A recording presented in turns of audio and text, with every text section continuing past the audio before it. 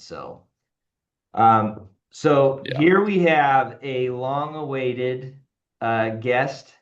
Excited to have this conversation today. We've had lots of conversations about identity, but not in this specific format. So we'll see how it goes. But why don't you introduce us to who you are, what school you're at, what sport you play, and just a little bit of background there. All right. Yeah. My name is Nic Abraham.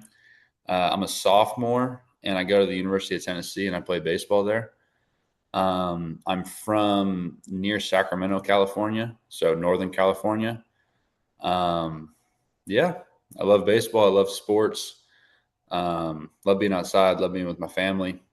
Yeah, it's a little bit about me. Good, good. Well, we're going to dive in a little bit. We're going to see exactly who you are with these key list of questions that will crack the code. First, are you a hype or stoic celebration guy? I'd probably say more stoic. I get kind of secondhand embarrassment when I see guys like fist bump and like freaking go all crazy. Makes me a little uncomfortable. I do I would say I'm more animated when I'm actually pitching versus Mhm. like a celebration. Like I'm gonna Okay, try to be more stoic in a celebration. okay. Pre-game, are you vibing, lots of music, sounds, getting pumped up, or are you quiet, locked in, focus? I'm I guess you could call it a mix. I just listen to slow country. So I don't like upbeat stuff. Like maybe I'll listen to some upbeat country, but it's country. Like I'm not doing it to get all fired up. I don't do energy drinks. I don't do anything like that. But I'm also not like sitting in my locker like this. Okay, It's just any other time. okay. Last time you called your mom. Last night, Okay, are you a deep thinker or quick decision guy? I'm a deep thinker for sure. Okay. Definitely, yeah, Do you gain energy by being with people or by yourself? with people. I'm a people person. Tacos, burgers, or sushi? Okay, well, if you were to say sushi place, I would say teriyaki chicken over anything. But out of that list, I'm going burger, the Okay, American way, okay. Country or rap? country. Okay. How many times in the morning do you hit the snooze button before you wake up? Zero. I Okay. set two alarms and I wake up to the first one. And then I have a 5 minute one that I never use. I simply have it just in case for some odd reason my first one doesn't go off. So you have fall asleep panic. Exactly. Exactly. All right. So we're going to get a little deeper here. All the coaches that you've had, what's greatest piece of advice you've gotten from a coach? And it can be about life, it can be about your sport. What's great advice a coach gave you? And then we'll have a follow-up to that, which is what's the funniest thing a coach has ever said to you? Okay. Well, you're looking at the guy that told me the best advice, and I've said this forever, but it was when we were actually driving home from church one day a while back, and I've shared this with you before, and I've shared with a lot of other people. Like when you said that you're not a baseball player, you're a person that plays baseball. That was the most influential thing that I had ever heard. And then I look at it now, and I thought it was so cool in the moment, but how that has taken over my life and just how I've grown since that moment that you said that, it's been unbelievable. So I'd What? say that's the best Yeah. piece of advice I've got is from my Marietta Bulldogs coach, Brad Nicholson. Well, I didn't mean to set that one up. That was not pre-planned. No, All you're right. good. What's the funniest thing a coach has ever said to you, whether it made any sense at all or not? I mean, this would be one that I would have a really good answer if I could like think for a while. Okay. I mean, I don't know.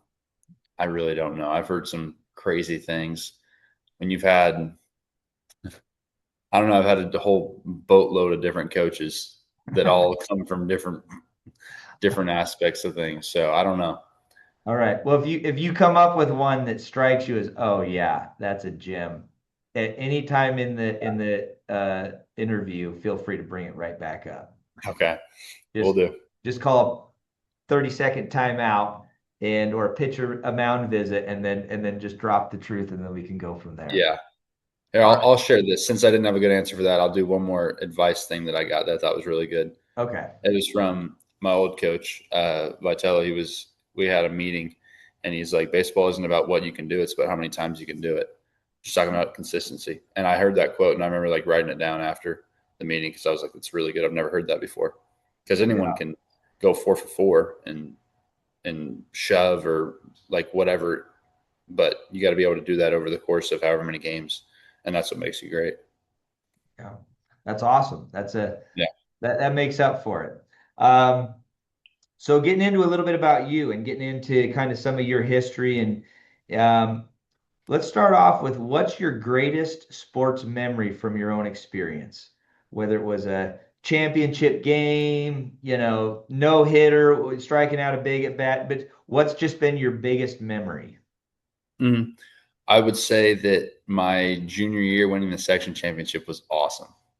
Um, I love travel ball. Travel ball was so much fun playing with all my best friends and being able to go and like have fun with your family and travel and whatever else. It was so cool. But high school was something that, my sophomore year, my freshman year was COVID, kind of funky, whatever. Sophomore year, had a great team, had great relationships, and like we just came up short. We lost in the semifinals or whatever of our section. And then our junior year was kind of like we knew it was our year. And just the build up to that game and how fired up all of us were and how hard we worked all year long and how we had thought about it since we lost that game the past year. And then it kind of coming to fruition and being like, all right, like we finally did it. That was one of the coolest things ever. I remember like going to a pizza spot after the game and all of us just felt on top of the world. It was so much fun. Awesome. All right. Contrast that. What's been your greatest challenge within sports? I would say it's hard to point out one specific challenge. Because I think that's the hard thing about baseball is it's a game of failure, whether you're offensive side of the ball or you're pitching. Um, but I would say, single hardest, um, probably, probably wasn't even when I was playing. It was probably last year not playing, Hmm. like committing to a school and thinking that you've got it made and thinking that you're going to come in and you're going to play right away and you're going to succeed. And then you get there and it's really not what you thought it was going to be. And the things that I learned throughout that process of not playing and just what that did to like whether it was my confidence, my mentality, my whatever it might have been, my identity, like all those things is what it kind of took over. And so me learning that no, I'm not playing baseball. This game that I've played my entire life and succeeded my entire life, I'm not playing it right now, but I still need to learn that that's not who I am. And so I would say that is the hardest thing that I had to deal with in baseball Yeah. was this past year. Yeah, and that gets right into kind of where my next question was leading, and you touched on it a little bit, is did you feel or have you ever felt that your identity was directly tied to your sport? 100%. Yeah, 100%. Um, I look back at my entire baseball career and I could say, yeah, I always consider myself a baseball player.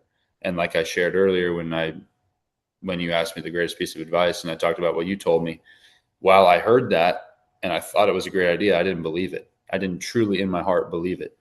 Um, and yeah, it wasn't something until just recently this year that I really dug into it. But 100%, 100% throughout high school, throughout my travel ball days, and then throughout my freshman year. And then it's, it's a constant battle. So it's being able to choose that every single day, on a bad outing, a good outing, whatever it might be. It's still a constant battle. Yeah.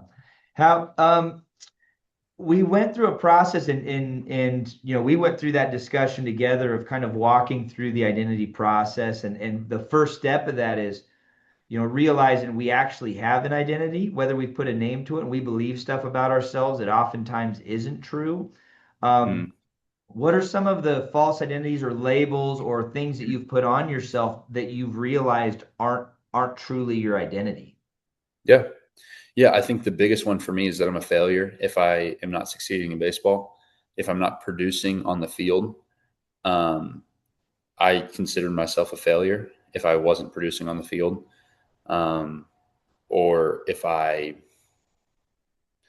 whatever it might be revolved around baseball. If baseball wasn't going good, I believe that that was who I am, and so therefore I'm a failure. I can't steward relationships in my life. I don't want to go be around people. I don't want to make conversations with people. I feel like this inner, like, I don't know if you want to say insecurity or lack of confidence, but it was this feeling of I'm not enough. These people don't want to be around me. They don't want to talk to me because I suck at baseball. They don't want to talk to me because why would they want to talk to me? I suck at baseball. Like, we're baseball players and I suck at baseball. So why would they want to talk to me? And that's what I convinced myself that, or not, I didn't convince myself that, but that's what the enemy tells me is that since you didn't do good in baseball, you're a failure and no one wants to talk to you. No one wants to be around you.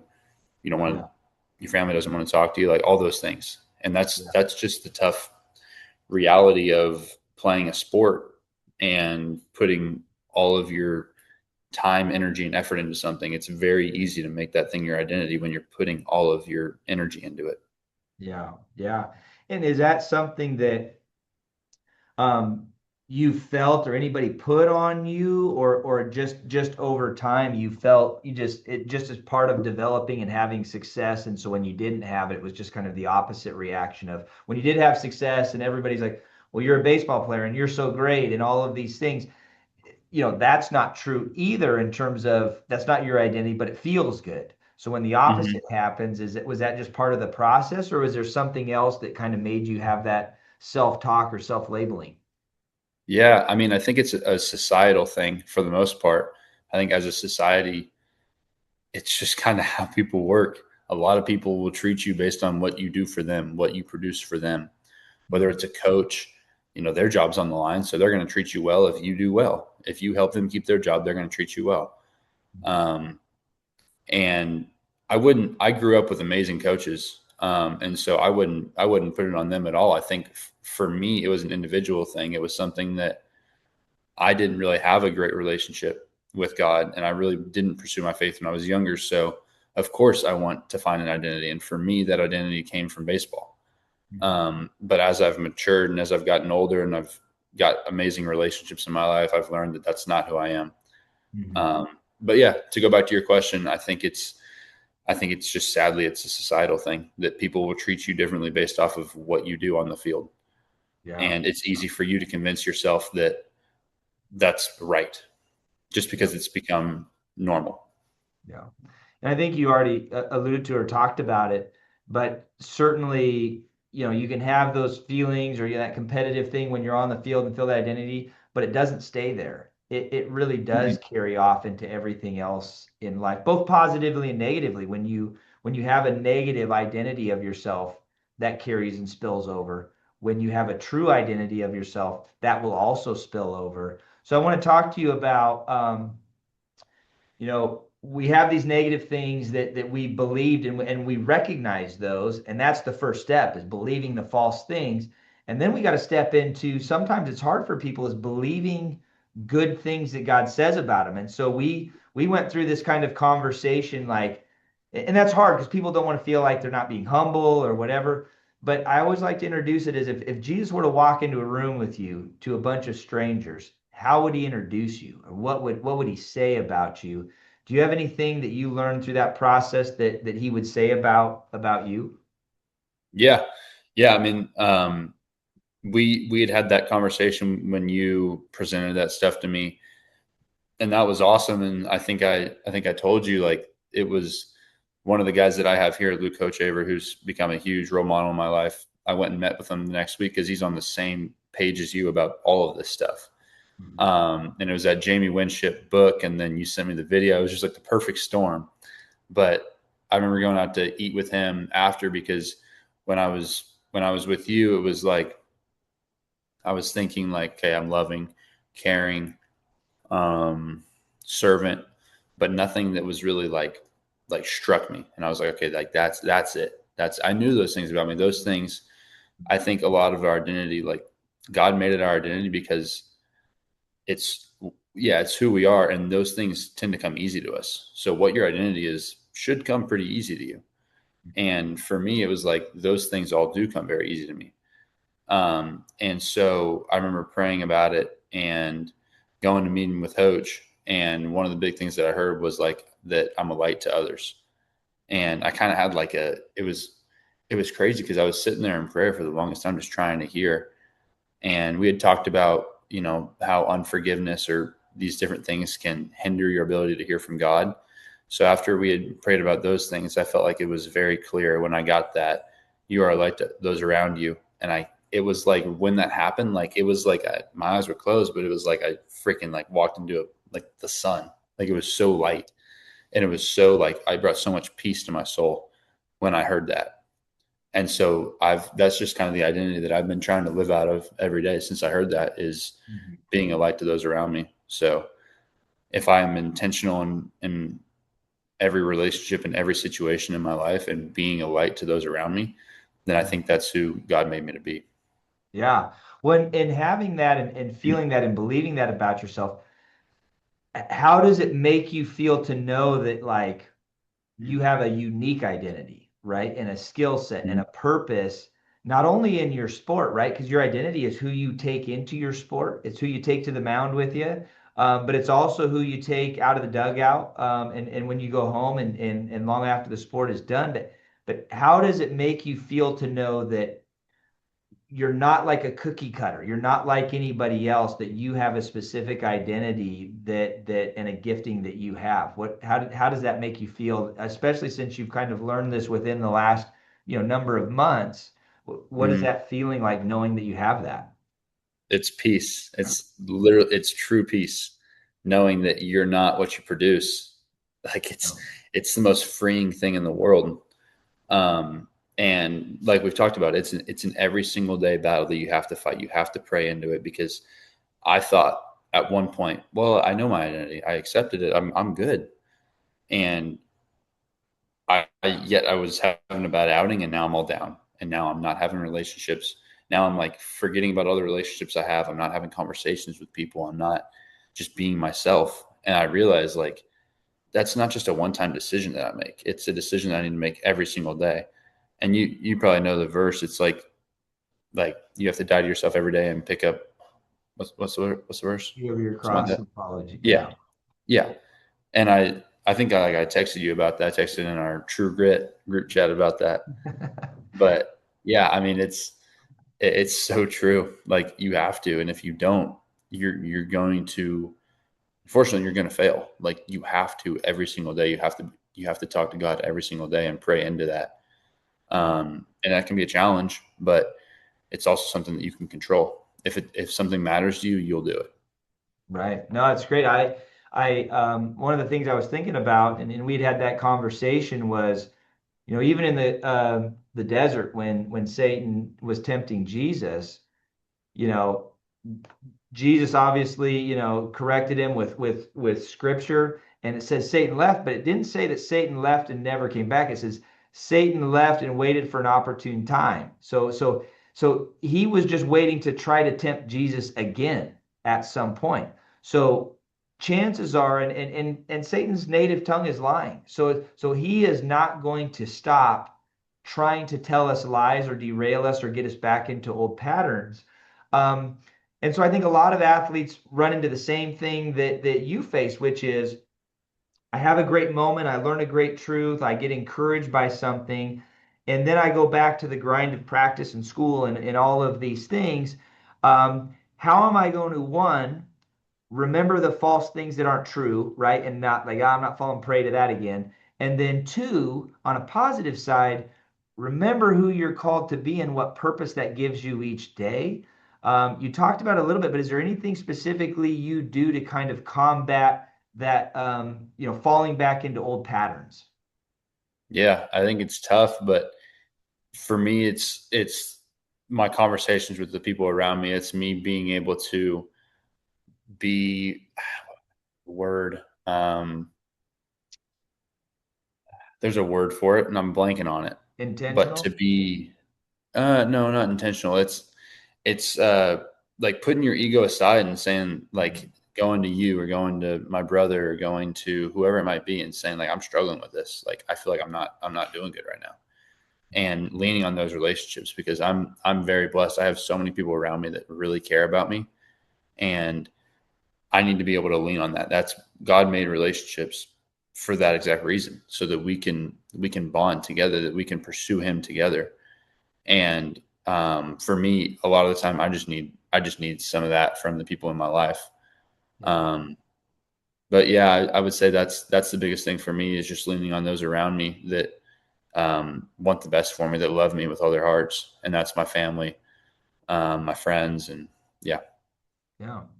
So knowing you have this identity, is there anything too that was encouraging about that, when God gives you an identity, it can't be taken away, no matter what mistakes you've made, no matter what you've done in your past, that when God names you, he can always redeem that, and he can always use that identity in you. Is there anything about that gave you hope, and how does that make you feel about the future?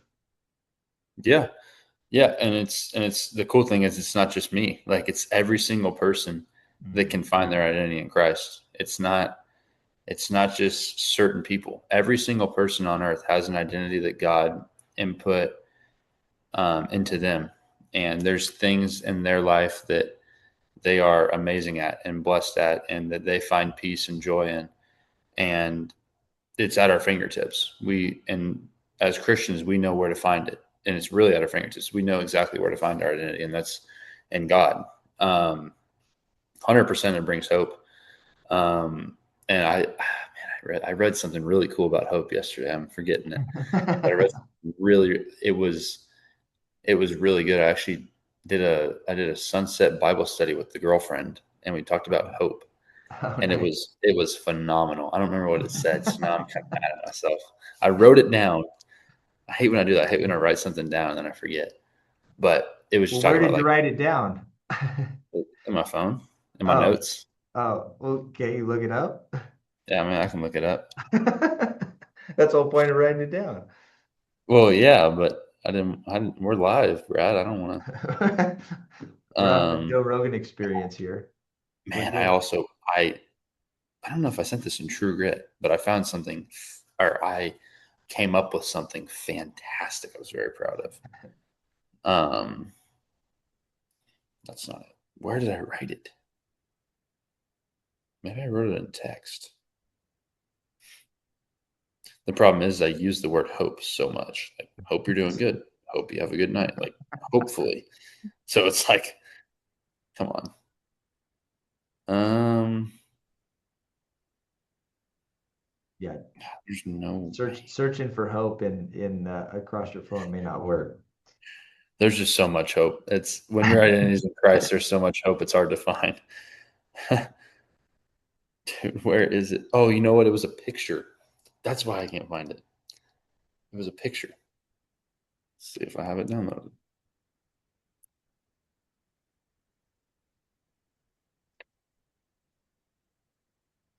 I don't know where it's at. Oh, darn it. Can't That's all right. drive you nuts. That's like a cliffhanger. If people are wondering, like, what is this thing that he's talking about?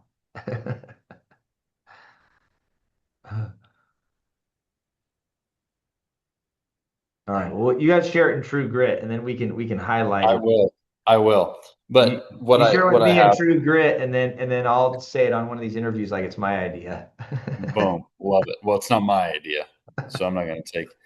But no, what I wrote, because we were talking about being, like, present, and how it's so hard, like, when someone's like, hey, just be where your feet are at, like, because we were talking about, like, the future and, like, whatever, and it's stressful when you look at the future, but you always get that reminder, like, oh, just be present, be where your feet are at, and that's such a hard thing to do. Like, someone says that, you're probably like, well, okay, but, like, how do I do that? Like, obviously, like, oh, okay, just focus on the present moment, like, but that's not, it's very broad.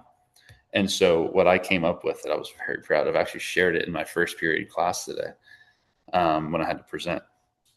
But I just said the best way to live present and be where your feet are at is to be intentional, as intentional as you can be in the moment that is at your fingertips. So the moment right in front of you, choose to be intentional in that conversation, that whatever it might be, if you're choosing, you know what, I'm going to be super intentional in like listening to what this person's saying, super intentional in talking to this person about something that you might not even care about. Like when you do that, you can't, one, it's hard to be anxious when you're being super intentional like that, when you're just intentional listening or talking or whatever. And then two, it's hard to worry about the future. It's hard to worry about anything. So I thought that was really good. Yeah, no, that's great. And as you have an identity, to piggyback on that, when you have an identity, do you find that it's easier to be intentional or step into your moments or your day with purpose? 100%. I mean, I remember a while back, like my junior year, having the idea of like, I don't know why it came to my mind, but it was okay, I'm going to focus on one word today. And whatever that word is, whether it's patience, or let's just say it's patience. And okay, today I'm going to be as patient as I can in every aspect of my life throughout my whole day. And I'm going to focus on patience today. That was like my junior year. I was trying to be like, I felt like I was just going through the motions. So I was like, I'm going to do that. Um, but when you have an identity, you have that word every single day. It's the same thing every single day. And the cool thing about your identity is your identity brings you so much joy. Like when I can be a light to others, it brings me so much joy, like so much more than anything else in the world.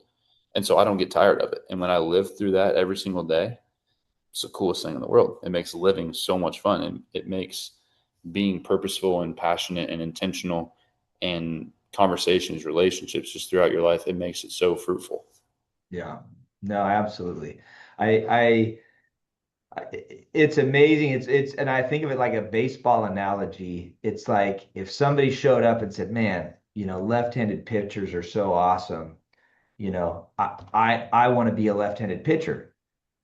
But let's say you're a right-handed second baseman, right? And so you're living in this identity of something that you're not, and how much you struggle and how much you go through when it's like, actually, I'm really good at second base and I'm really quick. And if I live into my strengths, how much more enjoyable the game is than trying to pretend to be or feel like I need to be something that I'm not. Um, Yeah. you know. Love that analogy, Bradley. That was fantastic. Well, I just love seeing people try to throw left-handed that aren't left-handed. It's just Yeah. Yeah. gross. Well, it happens every day in life too. All right.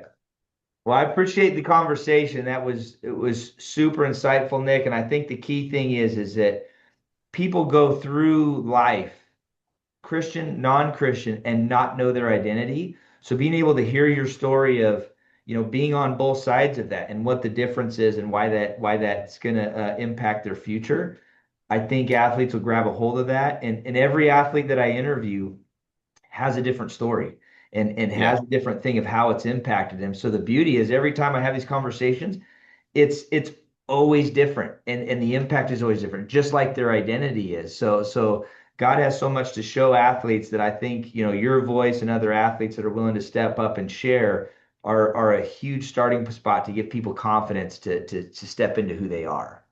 Yeah. So that's great. But now it's time for crunch time. We're in crunch time and we got think of it like this. Baseball really doesn't have a timing mechanism, but let's say you're down to your final three outs and you got to put a couple runs on the board. So you got to get two or three singles and a double or a walk. So you got to string together 4 or 5 decent at bats to come back. Hmm. Obviously you're on the pitching side, but I don't have maybe I'm string nervous together. that I'm going to like do this way bad. So Um, so I'm not gonna put a timer on the clock because well, you have a pitch clock, I guess. Um, Yeah. but here we go. So what we're gonna do is I'm gonna ask you a series of questions, and they're all over the map. So it's not like one category. So once we get these questions, I just move on to different things. And put some time on the clock here, and I'll start with our first question. Please don't be geography.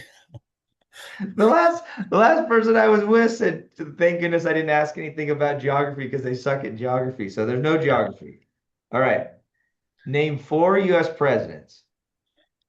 Trump, Obama, JFK, and Lincoln.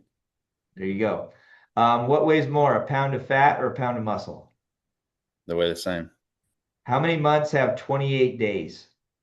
February. Um, if you are in a race and you pass the person in second place, what place are you in? Second. Uh, name uh, name two of the plagues of Egypt. Oh, skip. All No right. clue. All right. Chlamydia? I don't know. Oh, no. All right. What's your mother's birthday? The 2nd of November. Okay. What was your high school mascot? A wildcat. All right. Finish these quotes. I think, therefore, I think, therefore. I think, therefore, I. No. I don't know. Nope. I have Float like a no clue. butterfly. What?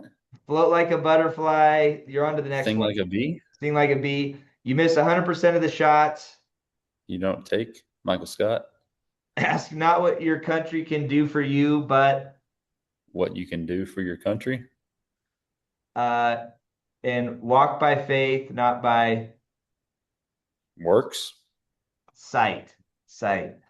And so I'll go back. Obviously, the you need to study up on the old plagues of Egypt, Yeah. but but a sexually transmitted disease was not one Chlamydia. of I don't even know what them. chlamydia is. I'll be so real. um, and all months have 28 days in them. Oh, whatever. What a come on, Brad. That's messed up. I can't believe I didn't say Biden for president. What's wrong with me? Oh, that was good. Chlamydia is an all-time. It's an all-timer. If I come out with the if I come out with the takeout clips, the funny clips, that's 100% gonna be in it. What are the two plagues of Egypt? There was many plagues. So there was the Nile River turned to blood, the plague of frogs, the plague of gnats, plague of flies, all the livestock died. There was boils, Um, hail, locusts, complete darkness for 3 days, and then the death of the firstborn son. wow, poor Egypt. At least they didn't have chlamydia. They were begging for some good chlamydia They were. after that. They were. Yeah. All right, I'm gonna stop recording.